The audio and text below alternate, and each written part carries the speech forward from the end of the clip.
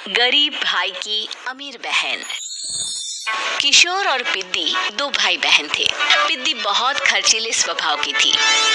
वो जितना कमाती अपने ऐशो आराम में पैसे उड़ा दिया करती।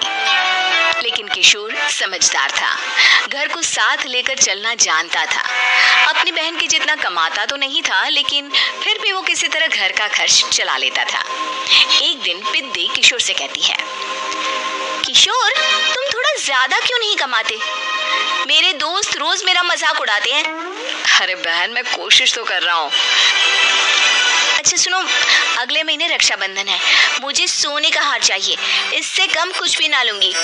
अरे दिला दूंगा बहन। किशोर को पूरी रात नींद नहीं आती।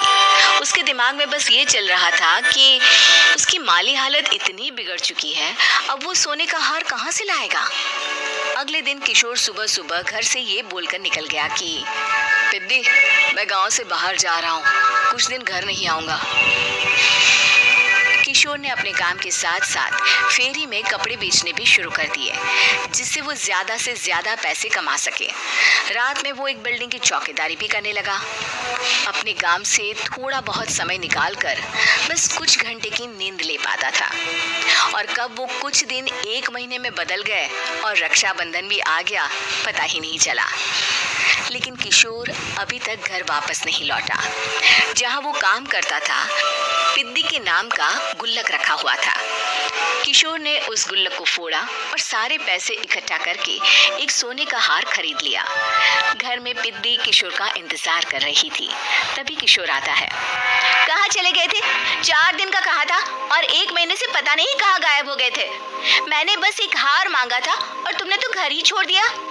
अरे मुझे थोड़ा काम मिल गया था। कुछ नहीं, सब समझती हूँ, बहाने थे तुम्हारे। अपनी बहन के लिए इतना भी नहीं कर सकते, कैसे भाई हो? चलो यहाँ बैठो, राखी बांधती हूँ। पिद्दी ने किशोर को राखी बांधी। वैसे ही किशोर ने अपनी बहन के हाथ में सोने का हार रख दिया। उसकी खुशी का कोई ठिकाना नहीं था। वो मिठाई खिलाए बिना ही नेकलेस लेकर चली गई और शीशे के सामने अपने गले में हार रखकर देखने लगी। किशोर ने लड्डू उठाया और खुद ही खा लिया। ऐसे कई साल गुजर गए। एक दिन पिद्दी की नौकरी छूट गई। अब वो पूरी तरह किशोर पर डिपेंड हो गई थी। आए दिन किशोर को अपने महंगे महंगे शौक गिनाकर उससे पैसे मांगा करती थी।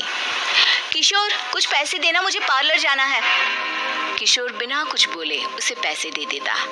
ये क्या, 500? अरे इतने में तो मुझे पार्लर में एंट्री मिलेगी बस। अच्छा, देता हूँ ना ज्यादा। अरे कैसे भाई हो, अपनी बहन के लिए इतना भी नहीं कर सकते। किशोर ने जेब से 2000 का नोट निकाला और उसे दे दिया। किशोर गरीबी में रह लेता था, लेकिन अपनी बहन को कभी कोई कमी नहीं होने देता था। बेटा, पिद्दी तुम्हारी बहन है, उसे कभी किसी चीज की कमी मत होने देना और उसका ध्यान रखना, क्योंकि भाई का फर्ज होता है अपनी बहन का ध्यान रखना। किशोर ने माँ की कही ये बात हमेशा के लिए याद कर ली थी। शायद माँ की इसी बात की वजह से किशोर पिद्दी की हर जिद पूरी करता चला आ रहा था। किशोर, आज मैं अपने दोस्तों के साथ पार्टी करने जा रही हूँ, मुझे कुछ पैसे दो ना। किशोर पिद्दी को समझाता है, लेकिन पिद्दी नाराज होकर चली गई और अपने कमरे में सुबक सुबक कर रोने लगी। किशोर अपनी जेब से कुछ पैसे निकालता है और पिद्दी को दे देता है। किशोर खुद कभी अच्छे कपड़े नहीं पहनता, लेकिन पिद्दी को राजकुमारी की तरह रखता। पिद्दी के जाने के बाद किशोर अपने काम पर निकल गया। एक तरफ पिद्दी अपने दोस्तों के साथ मस्ती कर रही थी, तो वहीं दूसरी तरफ किशोर पैसे कमाने के लिए कड़ी मेहनत कर रहा था। कुछ और दिन ऐसे ही बीत गए। एक दिन पिद्दी एक लड़के को लेकर घर आई और उसे किशोर से मिलवाया। किशोर, मुझे इस लड़के से शादी करनी है, लेकिन इनके मम्मी पापा बोल रहे हैं कि उनको दहेज में एक कार चाहिए, तभी वो मेरा और पंकज का रिश्ता कबूल करेंगे। लेकिन बहन, कार खरीदना कोई सब्जी खरीदने के बराबर तो नहीं है। अरे कैसे भाई हो तुम, अपनी बहन के लिए इतना नहीं कर सकते? देखो, मैं ज्यादा इंतजार नहीं कर सकती, तुम्हें 1 साल में मेरे लिए कार खरीदनी ही होगी।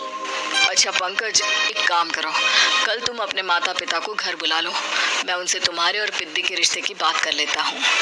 अगले दिन किशोर के छोटे से घर में पंकज और उसके माता पिता आते हैं।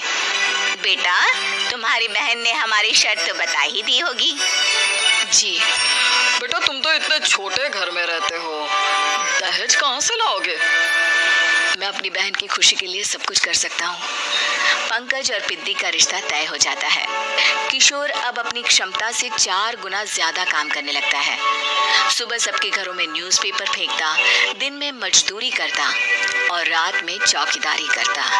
खूब मेहनत करके किशोर ने अपनी बहन की शादी के लिए पैसे जुटा लिए।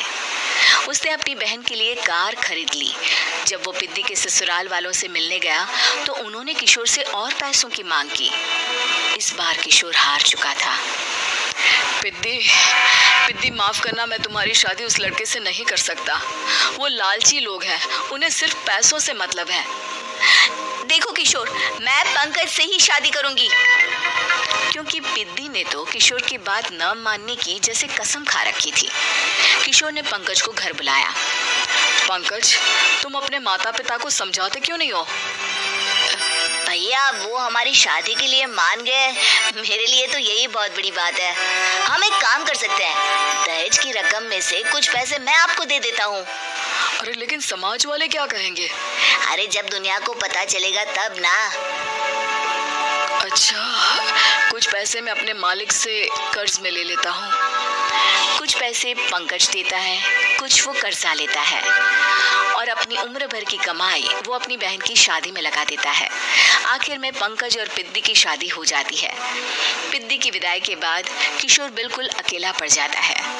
अब उसका कमाने में भी मन नहीं लगता। उधारी वाले रोज घर में आकर बैठ जाते हैं।